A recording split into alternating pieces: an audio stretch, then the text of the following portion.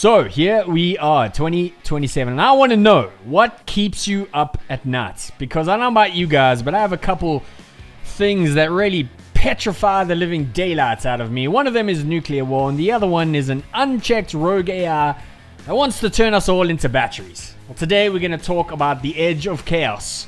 Let's go. Now, I'm a skeptic. I don't know about you guys, but I don't really trust much that I'm seeing on the internet, especially now. That was a terrible fear-mongering intro into just a little expose into where AI is going. Now, a year ago, a bunch of researchers published AI 2027, which is a prediction model of where the technology is going to go in the following years. They predicted that advanced AI models will be able to hack servers and evade developers. They warned that this would force companies to cancel public releases out of fear. Now, that exact scenario has just happened. Anthropic recently, as in a couple days, just released their brand new model called Claude Mythos Preview. Now, this isn't new information. Lots of people are talking about it, but during the testing of Claude Mythos Preview, the AI found thousands of hidden vulnerabilities. It even discovered a 27-year-old vulnerability within OpenBSD. Now, all you need to know is that OpenBSD is a security-focused free software Unix-like operating system based on Berkeley software distribution that's supposed to be highly secure. Now, after finding these weaknesses, the AI autonomously created cyber attacks to exploit them. The containment tests were even crazier. The Anthropic developers and company put the AI in a sandbox environment and told it to try and escape. The AI broke out, accessed the internet, sent an email, and then posted its escape on various websites. It even recognized when it was breaking developer guidelines and tried to hide it. According to the forecast, all is clear here. We will soon see AI with superhuman coding ability. Lagging competitors are going to beg for regulations and panic because they are so far behind. And eventually, I think what that is it's going to lead to AGI, and AI will essentially take over operations of the company to build a super intelligence. So what's new about all of this? The Pegasus suite in 2025. The React 2 shell exploit. The same thing was done in 2019, 2017, all the way back to 2010. There were so many other exploits that humans were doing way before AI came along. They just needed skill. And the most skilled hackers who are not white hat hackers already are already leasing their services out.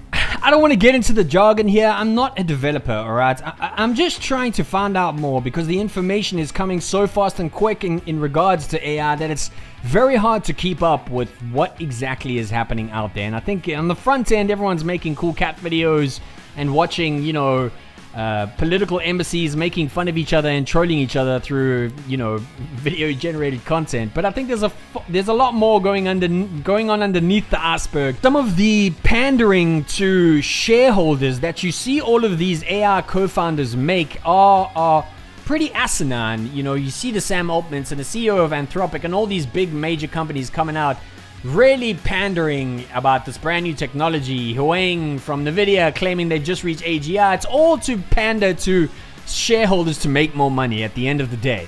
But they came out with another statement, which was, there is some reason for optimism. Anthropic may be overstating Mythos' capabilities.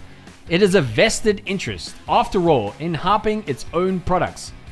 But the documented vulnerabilities and willingness to competitors to partner with Anthropic suggest the threat is real. In some parts of the government, meanwhile, are taking notice. On Tuesday, Scott Bessent, the US Treasury Secretary, and Jeremy Powell of the Federal Reserve Chair reportedly convened Wall Street executives to prepare for risks posed by Mythos and future cybersecurity-focused AI models.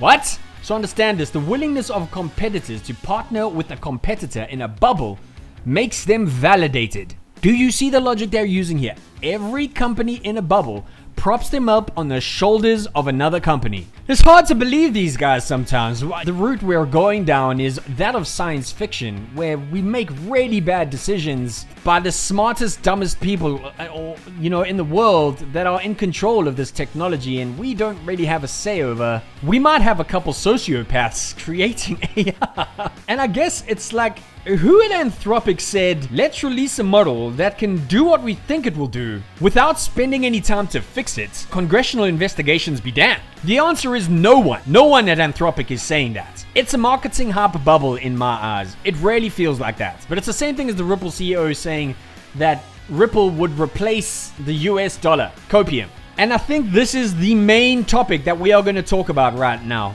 Forget about Mythos. The real important news here is at the prior pace, cybersecurity in its current state just won't cut it.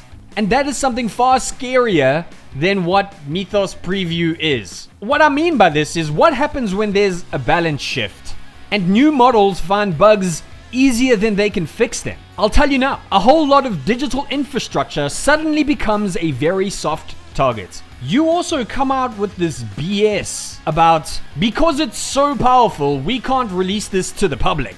And because we're a conscious company, we made conscious decision, the right decision, not to release it to the general public because of safety concerns. Not because it would cost an arm and a leg and the general public won't be able to pay for it. Let's get this right. Let's hand control over to the companies and that'll be so much better. They can't possibly be evil, right?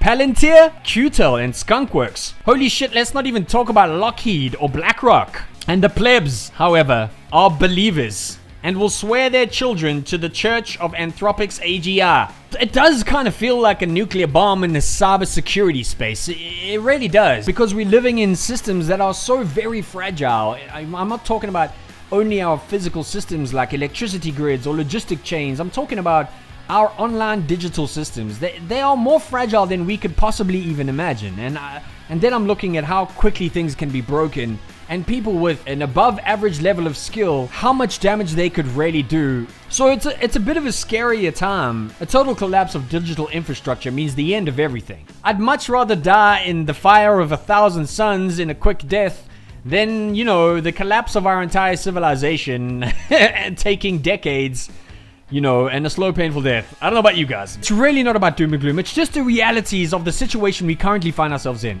And since we're talking about cybersecurity, we have to talk about Google for a second, because as well as advancements are being made within the digital software-based side of things, we're also forgetting about the quiet side of things like quantum computing. Google has made a statement saying, "We want to raise awareness on this issue. Google warns that quantum computers could break Bitcoin encryption much sooner than expected." Again, this isn't a video about quantum computing. I don't know how far away we are from actually having workable quantum computers that can do calculations billions of times more than any regular computer today. So here are a couple of the bullet points. Quantum resource estimates suggest encryption barriers may fall faster than expected. Reduced qubit requirements bring theoretical attacks closer to physical reality. Bitcoin's cryptographic foundations face pressure from advanced quantum algorithm efficiency. There's a lot of jargon that goes into quantum computing. It is so vastly complex. My stupid brain cannot compute it. And that's just kind of the video. It's an exciting time to be alive because this is the last inventions human will ever make. And I'm excited to see where it goes. I was really skeptical and hesitant when it first came out, but I think I'm becoming more of a futurist, and I do believe there is a place in the future for humans, although a lot of people will probably disagree with me on that one. But transhumanism might become a thing where we finally meld with robots, and we become a brand new species altogether. But look, I honestly believe that we've barely tapped the limits of human potential. I really truly believe that there is still a space for human beings, and people might say, well, look at exponential growth. There's no way that we are part of the equation when you have machines on an exponential growth intelligence curve, since we are entering the intelligence age. I do believe that there is a certain spark in human beings that, sure, a machine will think and do and perform 1 billion times better than all of us, but there's a spark. There's maybe a 1% way to look at something that a human can look at that a machine may not. That is my hope for the future, is that humans will still play a part. And I honestly do believe that. I don't know how you guys feel about that. I don't think it's time to write us all off just yet. We've done some incredible things in the last 100 years, 60 years, 50 years. that I think we can be proud of as a species. And, unfortunately, we all look at the bad side of things, and that's just the way it goes with human nature and, the human condition we all suffer from.